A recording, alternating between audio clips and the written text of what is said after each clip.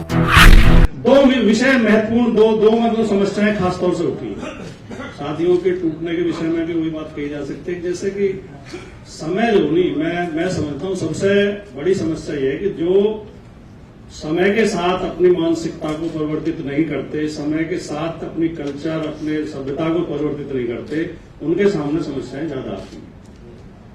हमें समय के साथ बदलना चाहिए। किसी समय शादी का मतलब होता था 7 जन्मों का बंधन, स्वर्ग में रिश्ते तय हो जाते हैं, जमीन पर जुड़ जाते हैं, जन्म जन्म का साथ है। हिंदू धर्म में तो तलाक की कोई व्यवस्था ही नहीं थी और पुनर्विवाह की व्यवस्था भी नहीं थी। तो हम बदले ना, समय के साथ हमने परिवर्तन किए और कानून बनाए, अब पर पुनर्विवाह भी हो जाता है, सती प्रथा भी समाप्त हो गई।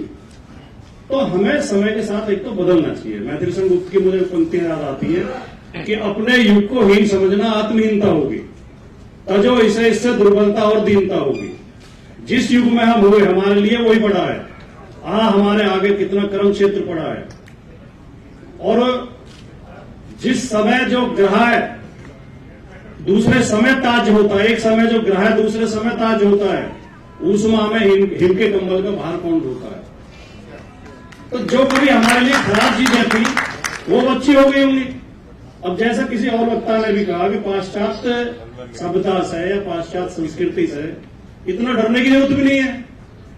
अब अगर हम ईमानदारी से सोचें तो जिन चीजों का हम उपयोग कर रहे हैं, जो हमें सुविधाएं दे रहे हैं, माइक अगर हम बोल रहे हैं इस पर, तो इसका आविष्कार पश्चिम में हुआ। अगर इस हॉल में एसी चल रहा है तो ये पश्चिम में ही बना। ये बिजली का उत्पादन, बिजली कहां पैदा हुई, ये हवाई जहाज में उड़ते हैं कहां बने।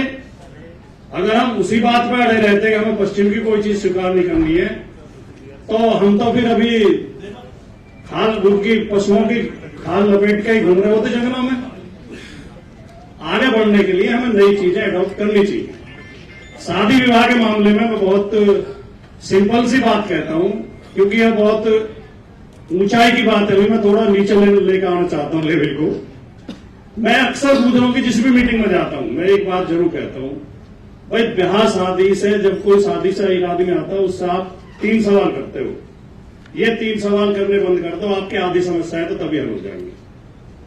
आप सबको पता होगा एक गुजर दूसरे गुजर से क्या पूछता है जब वो शादी में साथ है, कहीं रिश्तेदारी में जाए, किसी नौते पे जाए, क्या बात है बारात में। दूसरा पूछेंगे गाड़ी कौन सी दी, तीसरा पूछेंगे कन्यादान में कितने दिए। मैंने 3 सवाल पूछना बंद कर दो, ये पूछना शुरू करो लड़की कितनी पढ़ी हुई है और लड़का कितना पढ़ा हुआ है और काम क्या करता है। तो आधी समस्याएं तो यही हो जाएंगी। दूसरी बात, जब हम शादी तय करते हैं बहुत सारी बातें आई, पहले नाई कराते थे, बिचौलिया, एक भाई ने तो कहा बिचौलिया कमीशन भी तय होना चाहिए, वो बेचारे वैसी मेहनत करते हैं। लेकिन मैं कहना चाहता हूं, हमारी 5 बेटियां, हम 2 भाई हैं, संयुक्त परिवार है हमारा, एक साथ रहते हैं। दोनों भाइयों की 5 बेटियां हैं, 3 की शादी हो गई, 1 बेटे की शादी हो गई। हमने हर शादी में ये अपनाया है कि लड़के लड़की को मिलवाओ, उनकी बात करो, और एक बार मत मिलवाओ, कई बार मिलवाओ। उनके विचार उन्हें आपस में पूछ लेने दो कि तुम्हारे भविष्य की क्या योजना, तुम्हारी क्या। ये जो जल्दबाजी में जो होती है नहीं कि बस मकान देख लिया, गाड़ी देख ली, किराया देख लिया। किराया आना कोई बुरी बात नहीं है, बहन ने कहा तो अच्छी बात है, हमारे लिए गर्व की बात है। लेकिन किराया देख के शादी मत करो कि कितना किराया आ रहा है।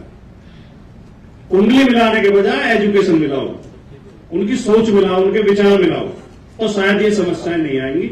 मैंने अपने सीमित समय में अपनी बात समाप्त कर दी है। धन्यवाद।